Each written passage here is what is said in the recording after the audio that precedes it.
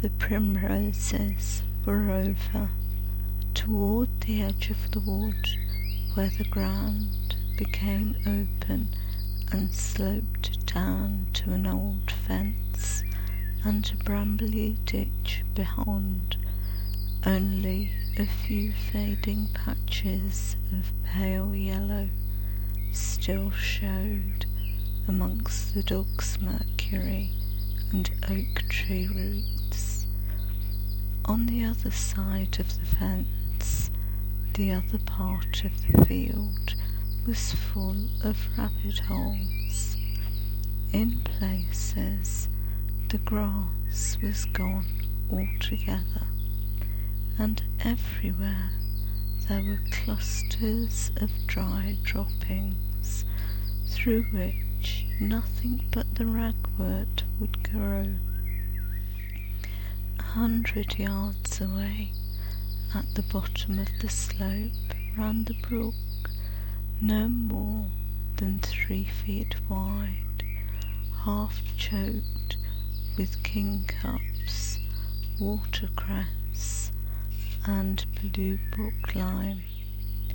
The cart track crossed by a brick culvert and climbed the opposite slope to a 5-barred gate in the thorn hedge. The gate led into the lane. The May sunset was red with clouds, and there was still half an hour to twilight.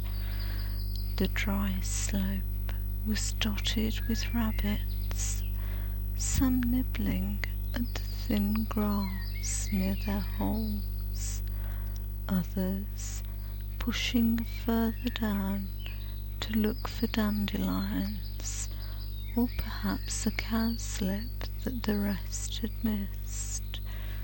Here and there one sat upright on an ant heap and looked around, with ears erect and nose in the wind. But a blackbird, singing undisturbed in the outskirts of the wood, showed that there was nothing alarming here, and in the other direction, along the brook, all was plain to be seen, empty and quiet. The warren was at peace. At the top of the bank, close to the wild cherry where the blackbird sang, was a little group of holes, almost hidden by brambles. In the grey half-light at the mouth of one of these holes, 2 rabbits were sitting together, side by side.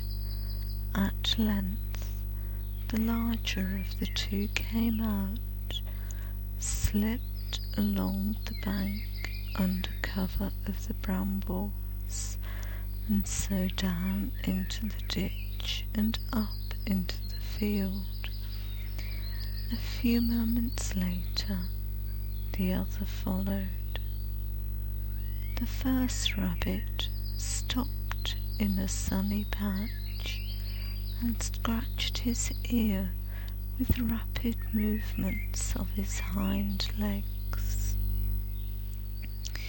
Although he was a yearling and still below full weight, he had not the harassed look of most outskirters, that is, the rank and file of ordinary rabbits in their first year, who, lacking either aristocratic parentage or unusual size and strength, get sat on by their elders and live as best they can, often in the open, on the edge of their warren.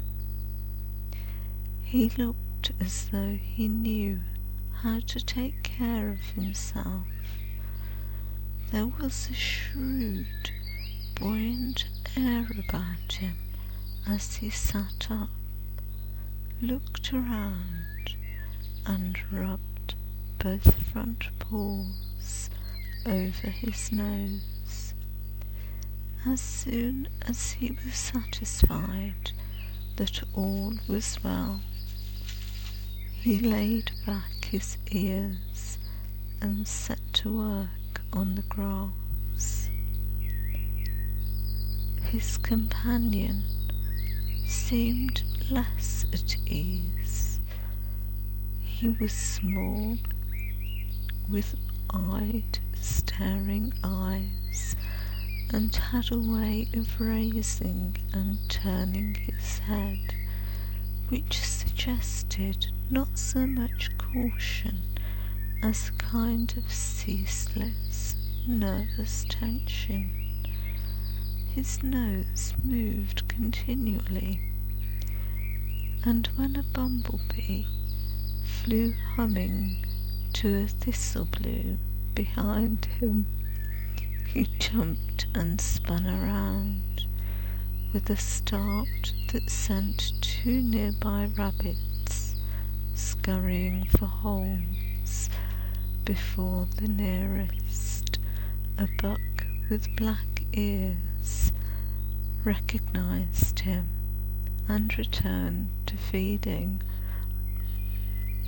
I do apologise if anybody just heard my cats snarling at each other, but I think they're having a bit of a fight. They're brothers, so it doesn't really matter what they do. Anyway, back to the story. Oh, it's only Fiver, said the black-tipped rabbit, jumping at blue bottles again. Come on, Buckthorn, what were you telling me? Fiver, said the other rabbit. Why is he called that? 5 in the litter, you know. He was the last and the smallest. You'd wonder nothing had got him by now. I always say a man couldn't see him and a fox wouldn't want him. Still, I admit he seems to be able to keep out of harm's way. The small rabbit came close to his companion, lolloping on long hind legs. Let's go a bit further, Hazel, he said. You know there's something queer about the warren this evening, although I can't tell exactly what it is. Shall we go down to the brook? All right, answered Hazel, and you can find me a cowslip. If you can't find one, no one can. He led the way down the slope, his shadow stretching behind him on the grass. They reached the brook and began nibbling and searching close beside the wheel ruts of the track. It was not long before Fiver found what they were looking for. Cowslips are a delicacy amongst rabbits, and as a rule there are very few left by late May in the neighbourhood of even a small warren.